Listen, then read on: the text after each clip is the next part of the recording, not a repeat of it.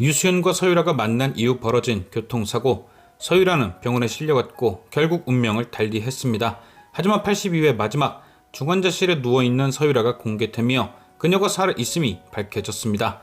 방송 직후 아재는 김 실장이 서유라의 마지막을 책임진 만큼 홍선태와 김 실장이 멋지게 차화영을 속인 줄 알았는데 83회 등장한 내용을 보니 고미숙 고대철 남매가 유수연과 짜고 서유라를 살렸던 거였죠. 이들이 서유라를 살린 이유는 단 하나, 교통사고를 낸 사람이 차화영이라면 분명 서유라를 죽여야 할 만큼 큰 비밀이 존재한다는 걸 눈치챈 것이었죠. 서유라는 현재 두 가지 비밀을 가진 채 잠들어 있습니다. 첫 번째는 유대성을 죽인 것이 자신이 아닌 차화영이란 사실과 20여 년 전 모란제와 화재에 차화영이 관련되어 있다는 사실. 첫 번째 비밀인 유대성 사건의 경우 그 증거는 이미 유수연의 손에 들어있죠. 아직 그 목걸이의 용도를 몰라 동영상을 확인하진 못했지만 용도를 알게 되는 순간 차화영의 범행은 즉시 확인됩니다. 문제는 아직 유수연이 꿈에도 생각 못하고 있는 모란제와 화재의 진실.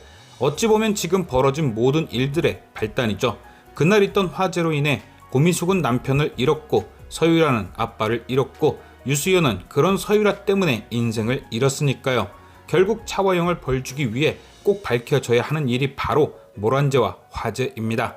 그래서 84회 예고편 속에서 유수연은 홍진호와 재결합을 한다는 핑계로 차화영의 집으로 다시 들어갑니다. 아직은 뭔가 있는 듯한 차화영의 비밀에 대해 감을 못 잡고 있으니 직접 실체를 파악하기 위해 호랑이 굴로 뛰어든 것이죠. 그 집안에는 서유라가 말 못한 비밀은 물론 SA그룹의 이중 장부와 유대성의 핸드폰까지 찾아야 할 것이 한 트럭이니 어차피 한 번은 꼭 겪었어야 할 과정인 것이죠. 하지만 아무리 홍진우가 유수연을 돕고 호의적이라 해도 그곳은 차화영이 사는 그녀의 집. 차화영이 두 눈을 시퍼렇게 뜨고 있는 한 그 집에 살지도 않는 유수연이 뭘 찾을 수 있을까요? 결국 그녀를 도와줄 누군가가 꼭 필요한 상황인 거죠. 물론 강동아가 그 집에 있긴 하지만 오늘 있었던 따기 사건으로 인해 그는 고미숙의 집으로 들어갈 듯하니 안 될 테고 역시나 이것저것 따져보면 딱 한 사람이 남죠. 바로 홍선태. 이미 지난 회차에서 홍선태는 유수연이 만났던 모란제와 전 직원 정기욱을 집으로 불러들인 적이 있습니다. 그런데 그때 뭔가 이상한 게 느껴졌죠. 홍선태는 공황장애를 앓고 있습니다. 처음 보는 사람과는 눈도 잘 못 마주치죠. 그런데 그때 홍선태는 정기욱과 전혀 스스럼 없이 이야기를 하고 배웅까지 했습니다. 즉 처음 보는 사이가 아니었던 거죠.